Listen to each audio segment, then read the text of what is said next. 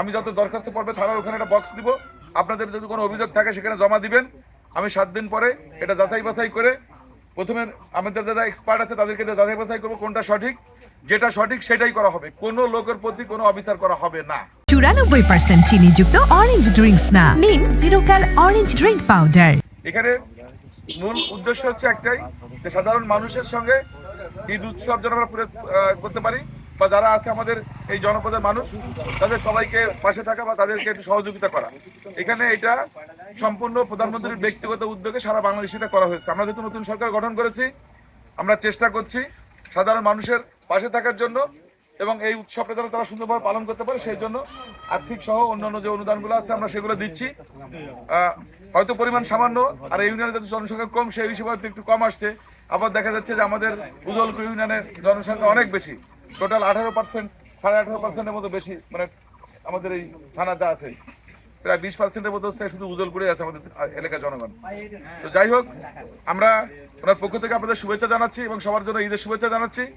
আমাদের যেহেতু এখানে উপজেলা নির্বাহী অফিসার থাকার কথা ছিল, ঈদের ছুটি শুরু হয়েছে, আমি ম্যাডামকে বলেছি অসুবিধা নাই, আমাদের এসিল্যান্ড মহোদয় থাকলেই হবে, আমরা এখানে থাকবো। পাশাপাশি আমাদের থানা বিএনপি নেতৃবৃন্দ আছে, এলাকার গণ্যমান্য ব্যক্তি আছে, ইউনিয়ন বিএনপি নেতৃবৃন্দ আছেন, আমরা সবাইকে ধন্যবাদ জানাচ্ছি।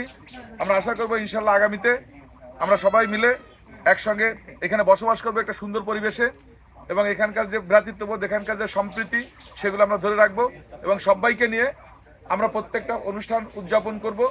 এবং এলাকার ভিতর যে আমাদের যে একটা নিজেদের যে একটা বন্ডিং আছে, যে ভ্রাতৃত্ববোধ আছে, সেটা কোনো অবস্থায় আমরা ছিন্ন করে দিব না। আর আমি এতটুকু বলবো আপনাদেরকে, এখানকার সকলে আমাকে অনেকে গেছে আমার কাছে বিভিন্ন ইস্যু নিয়ে, আমি তাদের উদ্দেশ্যে বলবো আমি ঈদের পরই আমি একটা টিম করে দিব, মানে 2 জন উকিল থাকবে, তারপরে দেখা গেলো 1 জন শিক্ষক থাকবে, এরকম দিয়ে আমি যত দরখাস্ত পড়বে থানার ওখানে একটা বক্স দিব, আপনাদের যদি কোনো অভিযোগ থাকে সেখানে জমা দিবেন। আমি 7 দিন পরে এটা যাচাই বাছাই করে প্রথমে আমাদের যারা এক্সপার্ট আছে তাদেরকে যাচাই বাছাই করবো কোনটা সঠিক, যেটা সঠিক সেটাই করা হবে, কোনো লোকের প্রতি কোনো অবিচার করা হবে না। এই ব্যাপারে কোনো নিশ্চিত থাকতে পারেন যে প্রত্যেকটা ইস্যু দেখা হবে, ব্যক্তিকে দেখা হবে না।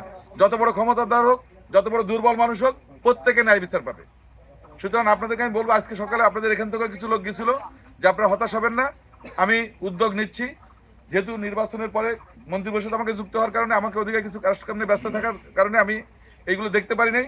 আমি আশা করবো আগামী 2 সপ্তাহের ভিতর আমরা তালিকা করে আমরা চেষ্টা করবো প্রথমে ইউনিয়ন নেতৃবৃন্দকে ফয়সালা করার জন্য, তারা যদি না পারে থানা নেতৃবৃন্দ করবো, তারা যদি না পারে আমরা উপজেলা যে প্রশাসন আছে তাদেরকে ফয়সালা করতে দেবো।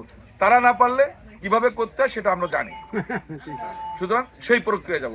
আমি চাই সত্যিকার অর্থে এখানকার একটা সুন্দর পরিবেশ এবং আমাদের যে ভিতর যে একটা সুন্দর যে অবস্থা বিরাজ করছে সেটা ধরে রাখতে, কোনো অবস্থায় কেউ যেন বিশৃঙ্খলা না করতে পারে। সুতরাং আপনারা হতাশ হবেন না বা উদ্বিগ্ন হবেন না। আমি ইনশাল্লাহ শীঘ্রই, আমি আশা করছি ঈদের পরেই আমি এখানে একটা বাক্স দিব, সেখানে গিয়ে ইউনো অফিসের সামনে বা থানার সামনে যে কোনো একটা পয়েন্টে জানা দেওয়া হবে, সেখানে গিয়ে আপনারা অভিযোগ জমা দিবেন। অভিযোগগুলো যাচাই বাছাই করে আমরা সঠিক বিচারটা করার চেষ্টা করব।